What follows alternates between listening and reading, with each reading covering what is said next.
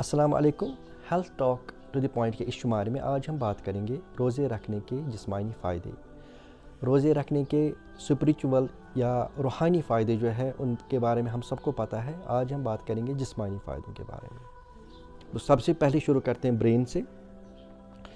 Brain में जो इसके फ़ायदे देखे गए हैं उनमें सबसे पहले जो कॉग्निटिव फंक्शन को इम्प्रूव करता है, यानी कि सोचने और समझने और हल करने की जो ब्रेन की जो सलाहियत, दिमाग की जो सलाहियत है उसको ये इम्प्रूव कर देता है। ये कंसंट्रेशन या ध्यान लगाना उसको भी बढ़ा देता है। मेमोरी यानी कि याददाश्त उसको भी ये बढ़ा देता है। कुछ डिजीज़ जो बुज़ुर्गों में देखी जाती है जैसे कि ओल्ड एज डिमेंशिया, याददाश्त चली जाना या अल्ज़ाइमर्स डिजीज़, वो भी ये कम कर देता है। इवन कुछ लोगों में ओल्ड एज में आप देखते हैं कि थरथराहट जैसी होती है जिनको हम पार्किंसोनिज्म कहते हैं, उसके जो रिस्क है वो भी कम करता है। एक्चुअली रोज़ा रखने से ब्रेन में एक प्रोटीन रिलीज़ होता है जिसको ब्रेन BDNF यानी कि ब्रेन डिराइव्ड न्यूरोट्रॉपिक फैक्टर बोलते हैं। उसी जो प्रोटीन है जो BDNF है, ये जो न्यूरॉन्स है उनको रिजेनरेट करता है, उनको ग्रो करता है, और जो उनकी साइनेप्सिस यानी कि उनको जो जोड़ आपस में सेल्स में बनते हैं उन साइनेप्सिस को भी बढ़ा देता है।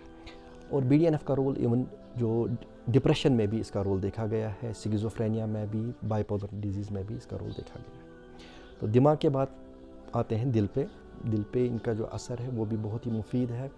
ये ट्राइग्लिसराइड्स को कम कर देता है, कोलेस्ट्रॉल्स को कम कर देता है, और कुछ कोलेस्ट्रॉल्स है जो अच्छे वाले कोलेस्ट्रॉल्स है उनको बढ़ा देता है। जो दिल में जो नसें होती है उनमें जो चर्बी लगने की जो एक चांसेस होते हैं उसको भी ये कम कर देता है। ब्लड प्रेशर को भी ये इम्प्रूव कर देता है।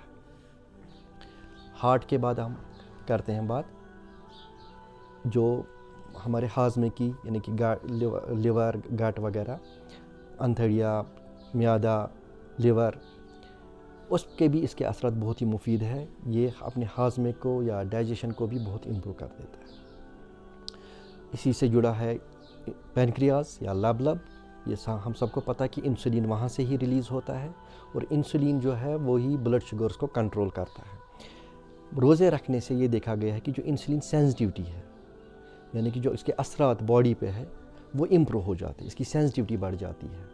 तो इस वजह से ब्लड शुगर ज़्यादा बेटर कंट्रोल रहते हैं, और डायबिटीज़ की जो रिस्क है, डायबिटीज़ होने की जो रिस्क है वो कम कर देता है। हाँ, लेकिन यहाँ मैं एक बात कहना चाहूँगा कि जिन लोगों को डायबिटीज़ है, जिनको शुगर की बीमारी है, वो रोज़ा रखने से पहले अपने डॉक्टर साहब से ज़रूर रब्ता कायम करें। अच्छा, इसके बाद हम बात करेंगे इन्फेक्शन यानी इम्यून सिस्टम की। इम्यून सिस्टम यानी कि इन्फेक्शन लड़ने की सलाहियत जो हमारे बॉडी में होती है वो इसको भी इम्प्रूव करता है। रोज़े रखने से वाइट ब्लड सेल्स जो है वो नई रिजेनरेट हो जाती है और उनकी फंक्शंस भी इम्प्रूव हो जाती है। तो जो सलाहियत है इनको लड़ने की, इन्फेक्शन से लड़ने की, वो भी बढ़ जाती है। कुछ डिजीज़ जैसे कि जोड़ों का दर्द, चाहे वो छोटे जोड़ों का है या बड़े जोड़ों का दर्द हो, जिसे आर्थराइटिस कहते हैं, उसमें भी इसका रोल देखा गया, उसको कम कर देता है। इवन जो सोरेटिक आर्थराइटिस है उसको भी कम कर देता है। कुछ डिजीज़, ख़तरनाक डिजीज़ जैसे कि कैंसर, उसमें भी इसका रोल देखा गया। रोज़े रखने का ये रोल देखा गया कि इसके फ़ायदे ही है। और जो कीमोथेरेपी जो पेशेंट्स को, कैंसर पेशेंट्स को मिलती है, उसके असरात को भी ये बहुत अच्छा इम्प्रूव कर देता है। ये जो कैंसर सेल्स है उस पर इसके असरात ज़्यादा आते हैं, और जो नॉर्मल सेल्स है, नॉर्मल टिश्यूज़ है जिनको कैंसर नहीं हुआ, उन पे असर कम हो जाता है, वो रेजिस्टेंट हो जाते हैं।